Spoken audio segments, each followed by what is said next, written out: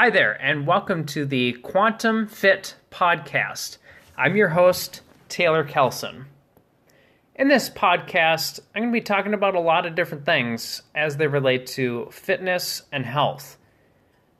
The big difference between me and the other guys is that I focus on all of the factors involved.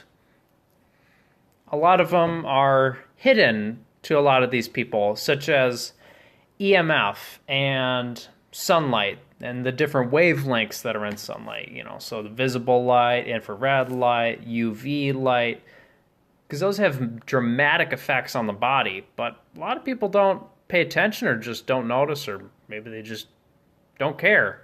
Either way. Also, water and the types of water you're drinking and how it affects your health. So those are some good examples of different factors or hidden factors that I take into consideration when it comes to health. Now, for this very first episode of my podcast, I had some trouble deciding what I really wanted to talk about. But I finally settled on something that I figured it would be good for both experts and beginners alike. So it's even something that's good for me every now and then so I can remember. And this episode is going to be called The Story of Light. And by that, I'm talking about how all living beings are fueled or become more efficient through sunlight. Obviously, pretty much everybody knows that, plants do photosynthesis. At least all plants that are directly or indirectly by sunlight, near sunlight. But animals do photosynthesis as well, except instead of creating food, animals take sunlight and utilize it to make their cells more efficient. So there's a slight difference in how they perform photosynthesis, but it's the same concept. Now, it just so happens that humans are especially equipped for this. You could say we're specialized. Through our eyes and our skin, we tend to be more sensitive. That's one of the reasons why, actually, we have very little body hair. We're designed to get in maximum levels of sunlight. And again, we use the sunlight to drive our cells to make them more efficient at generating energy. Now, let's jump into the overall story. I want to get a solid foundation here of what's going on. So, you have your sun, you got the sunlight, and again, the different wavelengths in it. The big ones to pay attention to are infrared light and UV light. There's UVA, UVB, but it doesn't really matter. We'll just generalize UV light. Now, the sunlight, it hits your skin. There's various effects that happen, but ultimately, the sun ends up squeezing your skin. It squeezes skin and it squeezes the blood vessels. And as it does that, it actually ends up applying pressure to your red blood cells. When red blood cells are squeezed, they actually generate light. A lot of people don't know that. That light is then absorbed by certain proteins in the body. Those proteins then go on, and through whatever means, they distribute it throughout your cells.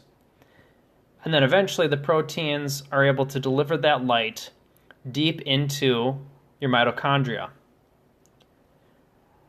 When your mitochondria utilize that light, they become superpowered. They actually become, believe it or not, 100% efficient.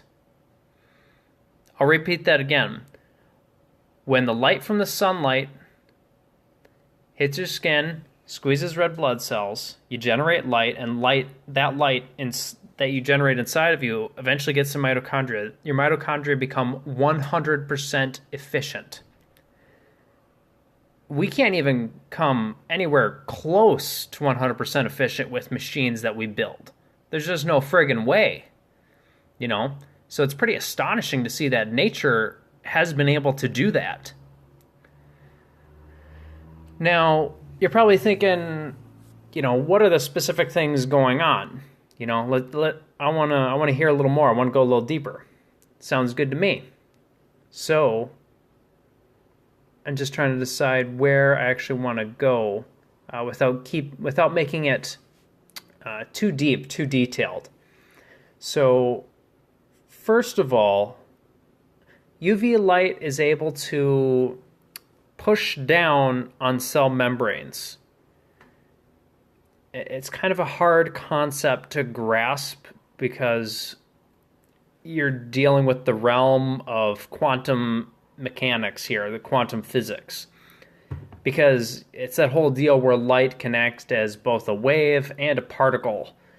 Basically, though, the UV light is the one responsible for this. Its momentum hits the cells and actually ends up pushing the skin down, even just slightly, just a tiny, tiny amount. It matters. But then also UV light generates nitric oxide within the body. That's a big one. That is extremely well known, as far as I know, among doctors in the medical community. It's been shown again and again and again, and it's commonly accepted. But it just so happens, that's the best way to get nitric oxide. And nitric oxide is the main source for dilating blood vessels. Nothing else is able to do it. It's nitric oxide. That is what dilates your blood vessels. So the combination of pushing down on the skin through quantum mechanics and dilating the blood vessels through the nitric oxide, that will cause a pinching effect. Also, in case you haven't noticed or thought about it yet, when someone is standing in the sun, at least summer sun, their skin becomes flush. The red blood cells actually rush to the surface. So if they're rushing to the surface and the blood vessels are basically getting pressed up against the surface of your skin and the surface of the skin is getting pressed down, that means the red blood cells there's going to be pressure on them. There has to be. And through the photoelectric effect, which basically means that certain materials are able to actually generate light when they're compressed. Well, red blood cells act like that. They have a photoelectric effect. It's a specific type of water that they carry. So when the red blood cells are compressed, even just a tiny amount, it actually generates light. It generates UVC light. For anybody that doesn't know, UVC light happens to be exceptionally good at killing off bacteria. Any parasite or virus or anything, it destroys all of it. Which is interesting to think of because if you're generating that kind of light inside of your body, but it doesn't hurt you, that means it's probably the best way to kill off bacteria and infections in your body, right? Well, if you actually go way back, tuberculosis used to be killed off in patients by having the patients get full sun exposure. That was the number one cure. Of course, now we use antibiotics, and tuberculosis is pretty much becoming immune to it. But anyway, that's another story. But I thought it'd be interesting to bring it up, just to bring some context as to how important it is for different things, like fighting off infections. Now, so we've got to the point of we're generating the UVC light. Well, then different amino acids have specific chemical structures where they are unbelievably good at absorbing light. That's kind of interesting.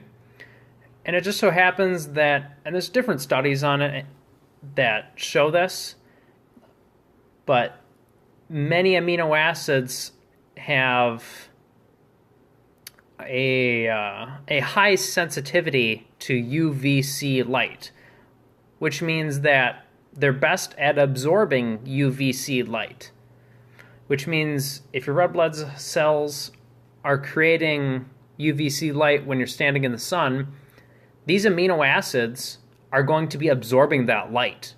They have to.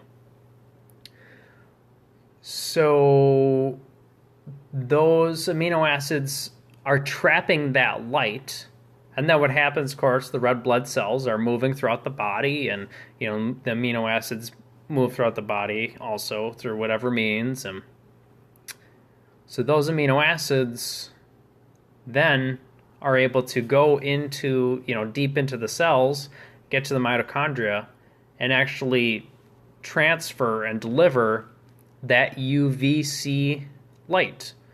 And that is what supercharges our mitochondria to get them up to that 100% efficiency.